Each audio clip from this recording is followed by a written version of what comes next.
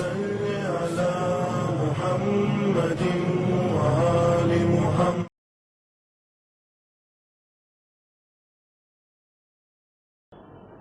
اعوذ باللہ من الشیطان اللعین الرجیم. بسم اللہ الرحمن الرحیم.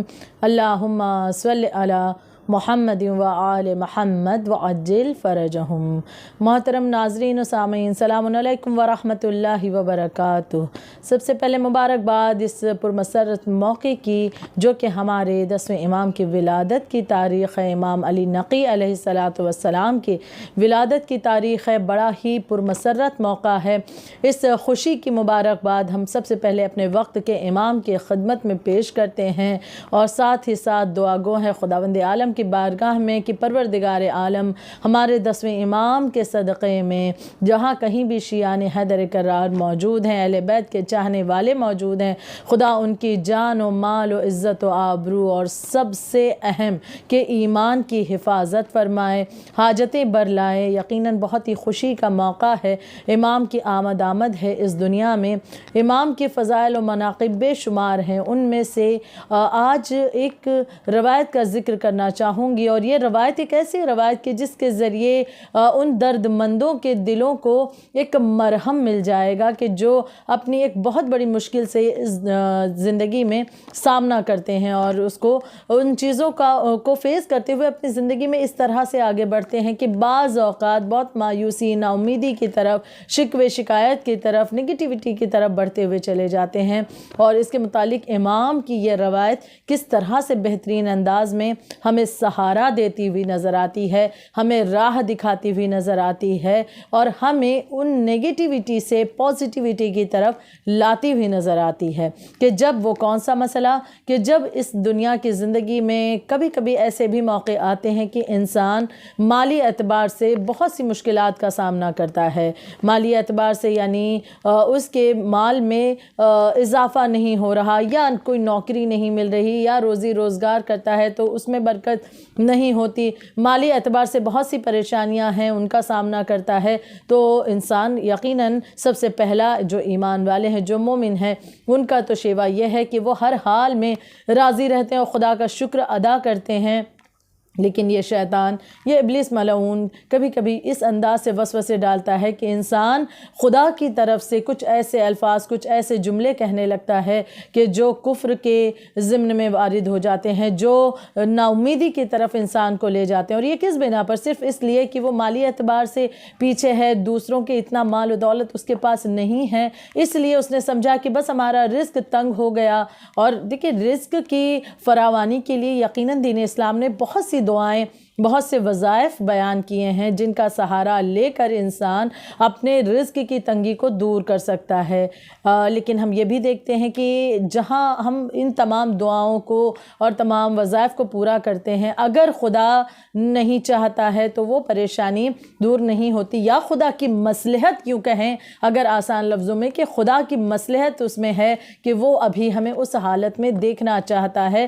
تو بعض اوقات بہت سی کوششوں کے باوجود بھی مالی اعتبار سے جو تنگی ہے، وہ پریشانی وہ دور نہیں ہوتی. اس وقت انسان بہت مایوس اور نا امید سا ہونے لگتا ہے. کبھی کبھی خدا سے شکوے کرتا ہے، خدایا ہمارے پاس ہم نے اتنے ایفرٹس لگائے، اتنی محنت کی رزق کے لیے، اتنی کوششیں کرتے ہیں، لیکن یہ مشکل دور نہیں ہوتی. اس وقت انسان اپنی ان تمام خدا کی جانب سے جو چیزیں اسے ملی ہیں، بہترین نعمتیں، ان کی طرف سے وہ بالکل غافل ہو جاتا ہے اور یہ سوچنا بند کرتا ہے کہ پروردگار عالم نے اسے اور کتنی بہترین چیزوں سے نوازا ہے.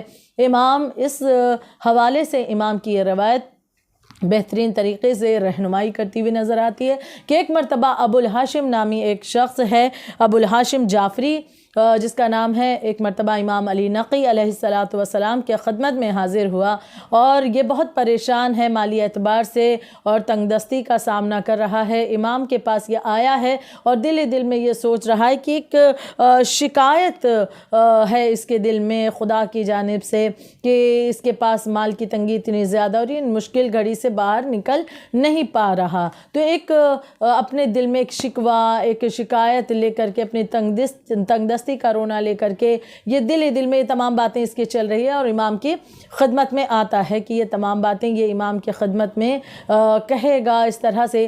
لیکن اب جب یہ پہنچا امام کی خدمت میں آنے کے بعد اس نے اجازت طلب کی, اجازت ملی ہے, امام کی خدمت میں آیا, بیٹھ گیا.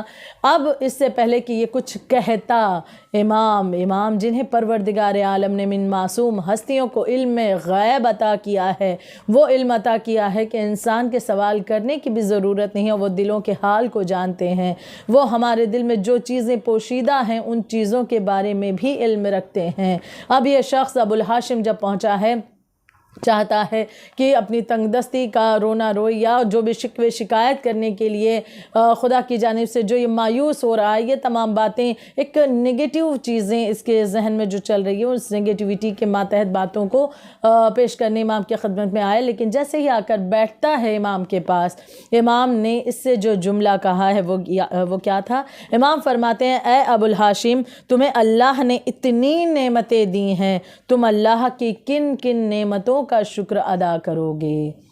اللہ نے تمہیں کتنی نعمتیں دی ہیں, تم اللہ کی کن کن نعمتوں کا شکریہ ادا کرو گے. اچھا, ایک مرتبہ یہ سوچ میں پڑ گیا کہ یہ بات بھلا کیا ہوئی کہ اس کے ذہن میں تو یہ چل رہا تھا کہ یہ شکوے کرے گا کہ اس کے پاس تو مال نہیں ہے, مال کی تنگ دستی کا سامنا یہ کر رہا ہے, اور امام کا بغیر کچھ اس کے کہے امام کی طرف سے اس بات کا پیش کیا جانا کہ اللہ نے تمہیں بہترین بے شمار نعمتوں سے نوازا, تم اللہ کی کن کن نعمتوں کا شکریہ ادا کرو گے. اب یہ سوچ میں پڑ گیا کہ اس میں ضرور امام کے اس جواب میں کوئی مصلحت ہے کہ میرے سوال سے پہلے ہی امام نے جواب عطا کیا. اب ایک مرتبہ یہ پشو پیش میں ہے, پریشان ہے, سمجھ نہ سکا کہ مسئلہ کیا ہے. امام کے اس جواب کی طرف متوجہ تو ہوا مگر سمجھ نہ سکا. اب ایک مرتبہ اس نے عرض کی ہے امام کی خدمت میں کہ مولا آپ بیان کریں, میں آپ کے اس جواب کو سمجھ نہ سکا. اب امام نے واضح کیا وہی چیز کہ جس سے آج ہم اپنی زندگی میں سامنا کرتے ہیں کہ مالی اعتبار سے اگر پریشانی ہے تو ہم نے سوچا کہ اب دنیا ختم ہو گئی, بس اب معاملہ ختم ہے, اب زندگی کیسے چلے گی, اب مسئلے کیسے حل ہوں گے. اب اس کے بعد ہم بس اس مال پر ہی فوکس کرتے ہیں, اس کے بعد بے شمار اور جو نعمتیں خدا نے ہمیں نوازا ہے جن چیزوں سے, ان کی طرف متوجہ بھی نہیں ہوتے, جبکہ وہ چیزیں وہ نعمتیں اتنی عظیم ہوتی ہیں کہ اگر مال دے بھی دیا جائے تو وہ نعمتیں حاصل نہیں ہو سکتی ہیں. تو لہٰذا امام نے اسی جانب ہمیں متوجہ کیا ہے. ایک مرتبہ امام کا جملہ کہ جب یہ پشو پیش میں ہے اور امام سے کہتا ہے کہ مولا آپ عرض کریں, میں جاننا چاہتا ہوں, مولا آپ وضاحت کر دیں میرے لیے, طلب امام سے کرائے, امام سے عرض کر رہا ہے, ایک مرتبہ جاننا چاہتا ہے. امام نے وضاحت کی. امام فرماتے ہیں کہ دیکھو اللہ نے تمہیں, اب رزق کی امام نے وضاحت کر دی کہ حقیقی معنوں میں رزق کیا ہے رزق. رزق ہم نے اگر فقط مال و دولت کو سمجھا ہے تو ہمارے لیے وضاحت ضروری ہے کہ رزق میں فقط دولت ہی نہیں ہے, بہت ساری چیزیں ہیں, اور ایسی چیزیں ہیں کہ مال و دولت دے کر بھی انسان یہ چیزیں بعض اوقات حاصل نہیں کر پاتا ہے. امام فرماتے ہیں کہ دیکھو اللہ نے تمہیں ایمان کا رزق دیا ہے جس کی وجہ سے تمہارے جسم پر جہنم کی آگ حرام ہو گئی.